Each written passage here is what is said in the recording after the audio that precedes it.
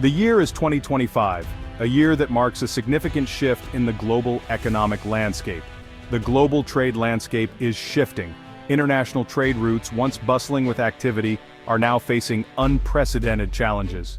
The United States, under pressure from declining manufacturing jobs, has taken a sharp turn towards protectionism. Factories that once thrived are now silent, and the workforce is feeling the strain. The target? Foreign automakers, particularly those from Japan. Japanese cars, known for their reliability and efficiency, have dominated the market, posing a significant threat to American manufacturers. The Trump administration's tariffs on steel and aluminum imports in 2018 were just the beginning. These measures were intended to revive domestic industries and protect national interests. These tariffs, justified in the name of national security, were followed by a wave of new tariffs on goods from China, Mexico, and the European Union. The ripple effects of these policies are being felt across the globe. The goal was clear: to protect American jobs and reduce the trade deficit. By imposing tariffs, the administration hoped to encourage domestic production and create more employment opportunities for American workers. However, these tariffs have come at a cost. Consumers are now facing higher prices for everyday goods, from groceries to electronics. The increased costs are being passed down the supply chain, affecting everyone. American consumers are now paying more for everyday goods. Families are finding it harder to make ends meet, and the cost of living is rising. Businesses are facing higher input costs. The increased tariffs on raw materials and components are squeezing profit margins and making it difficult for companies to stay competitive. And the global trading system, already under strain, is being tested like never before. Trade tensions are escalating, and international relations are becoming increasingly strained. The tariffs on Japanese automakers are a particularly striking example of this new era of protectionism. These measures are aimed at curbing the influx of foreign vehicles and boosting domestic production.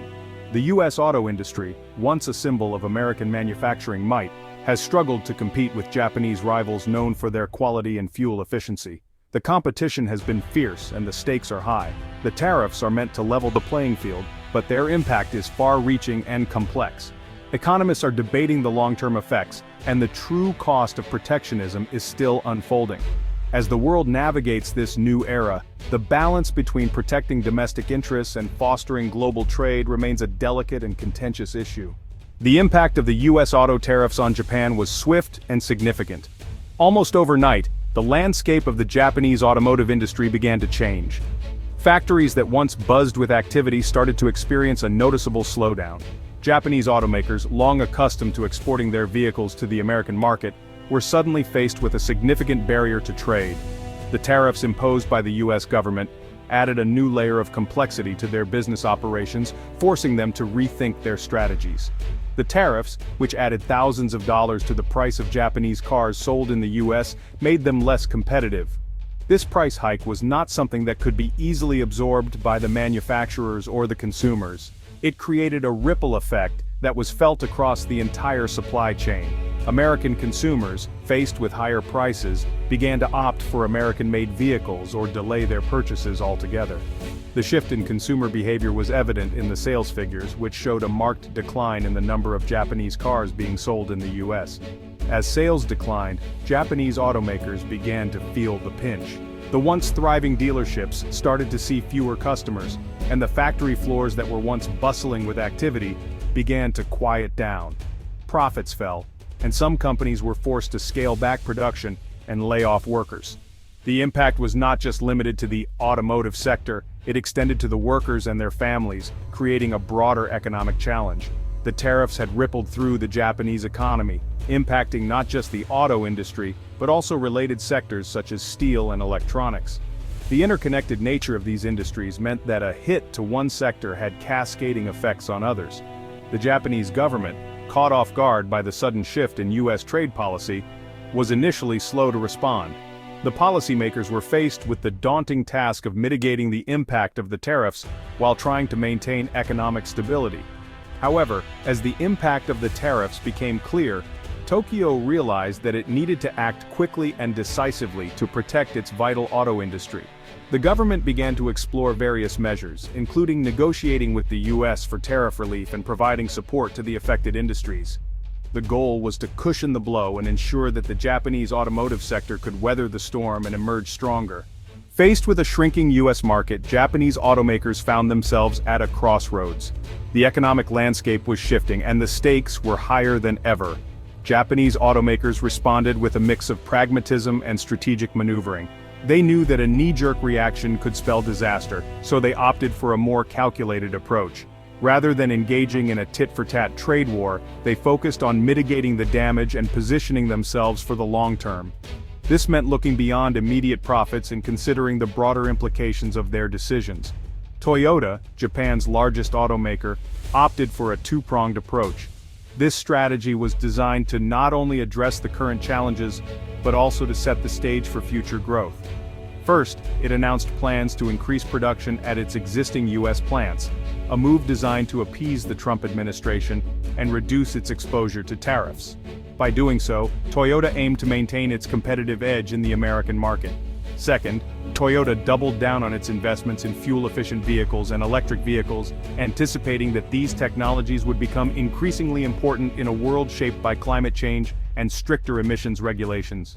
This forward-thinking approach was a testament to Toyota's commitment to sustainability and innovation. Honda, known for its fuel-efficient cars and SUVs, followed a similar playbook.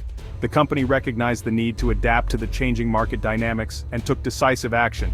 It too announced plans to expand its U.S. manufacturing footprint while also investing heavily in hybrid and electric vehicle technology.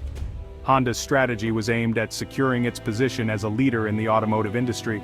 Honda also sought to strengthen its partnerships with American automakers, such as its collaboration with General Motors on autonomous vehicle development. This partnership was a strategic move to leverage the strengths of both companies and accelerate innovation. Nissan, facing its own set of challenges including a leadership shakeup, took a more cautious approach. The company was navigating a period of uncertainty and needed to tread carefully. While it too announced plans to increase U.S. production, its investments in new technologies were more measured. Nissan was focused on maintaining stability and ensuring that its decisions were sustainable in the long run. Nissan seemed content to weather the storm and adapt its strategy as the situation evolved.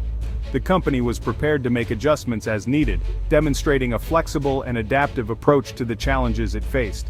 As Japanese automakers grappled with the fallout from the U.S. tariffs, the Japanese government stepped in to provide support and pursue diplomatic solutions.